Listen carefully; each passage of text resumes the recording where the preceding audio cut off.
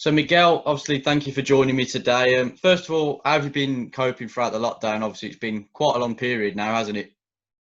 Yeah, really long. It looks like, well, now then, it has been a really long time, but now the feeling that I have is, it has been like a nightmare, and then hopefully this situation is, I would like to say over, but it's not over. No, I think that this situation will be like we are at the moment for a while, and we have to adapt it. We have been working from home, try to give to the academy player the best resources that we could give it to them. They have been in the whole academy. They have been running the off-season program before, during the March, April, and June. We brought to them Zoom meeting, bringing in coaches, ex-professional football player,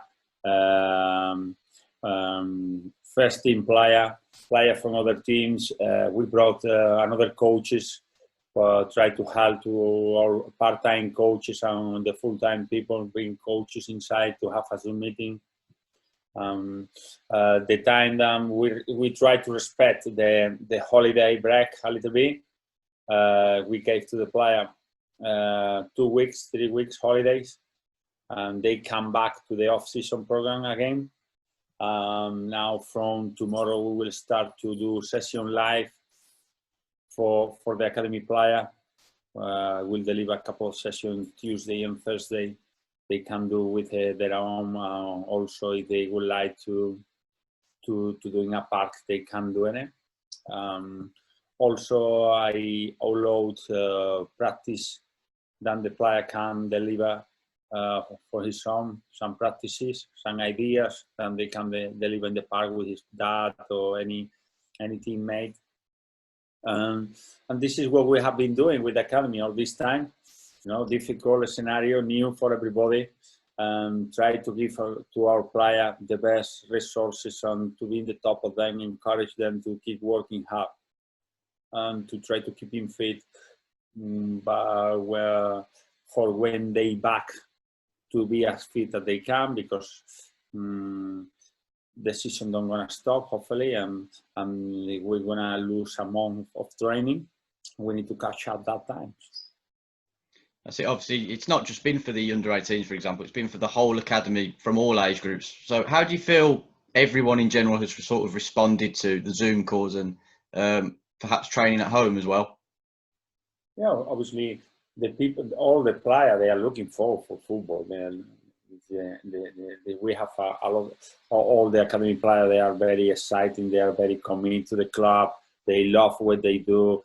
They have been doing a lot of practicing at home in the gardens. We receive a lot of videos. They are hungry for to keep working, to keep improving, and for to make come through that dream to do with football. I'm really happy for that in that sense. But obviously, have been a really tough 4 months.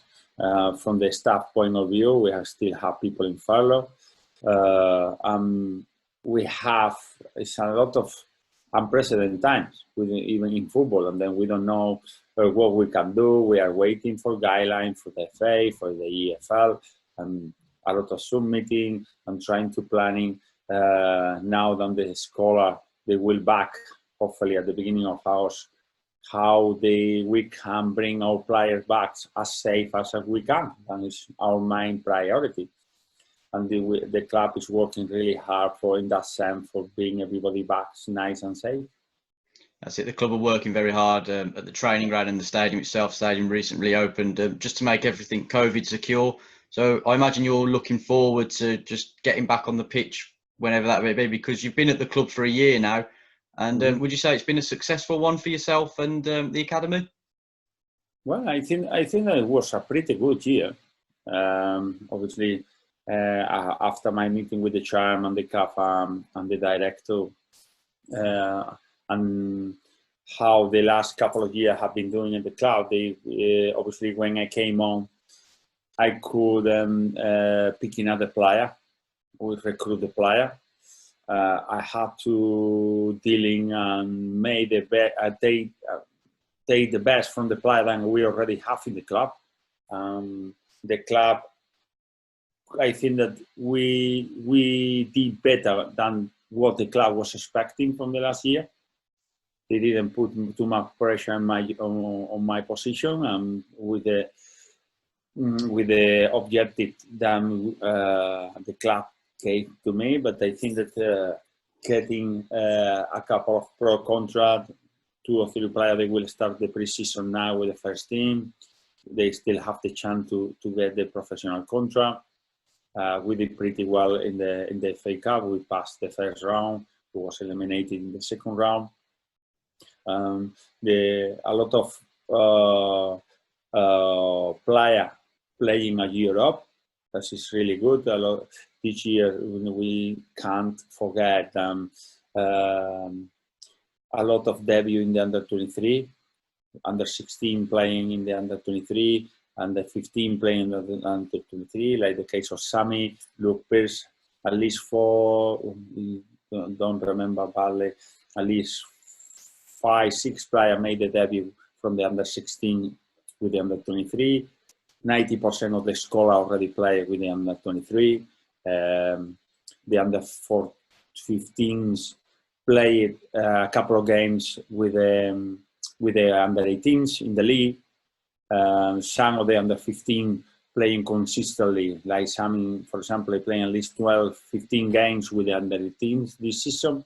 A lot of kids that they deserve, they playing up. I think that we have to push it in that way. The physicality wise, they can manage. I think that we have to push the player and they have potential. I think that was really successful the year, to be fair. Obviously, I'm pretty satisfied. Obviously, we need to a lot of things to work on it. We need to a lot of areas that I think that we need to improve. We are working closely to the first team manager and the director to try to improve in that area. So. That's it. You also mentioned, players progressing. Sam Perry and Joe Willis will be progressing to the first team after getting their first pro contracts a couple of weeks ago. You've worked with them obviously very closely. How pleased are you for both of them to earn those 2 contracts? Because it's thoroughly deserved given their hard work, isn't it? Yeah, of course. They are the role model of the academy player that we are looking for. No, I think that it's not a rock science. Like I used to tell all the academy players, you work hard, you commit, you show professionalism. The chance to be footballer is really high. And all that kind of strength that I'm saying now is the pen of the player. I know that's the easy thing. No, I think that to be footballer in this country, I think that it's pretty easy. This is what I'm telling to them, because I am saying things that of the pen of the player. It's not depending about third person. The commitment, desire, energy, passion, professionalism, everything there under control of the player. I'm not talking about, for example, in a striker, like I used to tell them, say, listen, if you don't score 40 goals, you don't get pro contract. We are not telling that to the academy player, for example, for a striker or for a defender. If we say you don't get 25 clean sheets or 20 clean sheets, you don't get pro contract. Because it's another factor that depends on that situation. It's about everything that we are telling to them is depend of their own player. No, and then this is they look. Sam and Joe, they did right. They took on board what we tried to transfer the message. They worked really hard. There was a role model helping to the player. They didn't give any problem off the pitch, because for me the discipline is really important. So it was always people try to help into the player, and this is the kind of player that is welcome in the club, and then they got pro contract, and that culture of the role of the academy player that we are looking for is. I wasn't surprised when they made the debut and they did well, because they was prepared mentally, physically, and psychologically. So I knew them, because this is what we are trying to create a player, create a scenario in the PDP phase, what they're gonna find in the first team. they wasn't feel intimidated for the first team player. They didn't feel intimidated for the atmosphere and the scenario that involved to the first team, because we recreate that every single day in training. We recreate that situation every single day in the game, in the league games.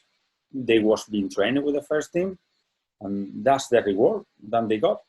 And then I was so surprised that they gonna do right when they made the debut, and hopefully this year we have last year really strong first years, and now they will be second years, and hopefully they took on board everything that we try to teach them. I think we will have a really strong second years this year, and hopefully we some of them more, they will be joining us and Joe next year.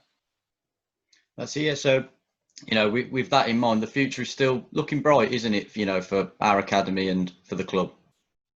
Yeah, I'm pretty confident of that. I think, like I say, I didn't pick another player for the Scholar last year. We got 2 contracts. I think that the first years we did a really good year with the first year in training session and in coaching. Kyle, myself, all the members of the staff that was working games with them, they did really good work. And I think that the first year made a really good improvement in all the aspects, physical, technical, psychological, and mentally. Is really important to be ready to compete with adults and capable to manage the pressure to play in the first team without any kind of scare when they have to make the debut. I'm pretty confident with this year. Hopefully the first years then there is a big gap and a step forward for them, and they can adapt quickly to the Scholar. I think that they will do the first years this year because they have been training and playing a lot of game last year also. Being under 16, they was involved plenty of time. They knows me, they know Kyle, they know what they're expecting from them. I'm pretty sure that they will be a really good season for us. Good stuff. Well, Miguel, thanks once again for joining me today, and it's been really good to catch up with you, and hopefully see you very soon.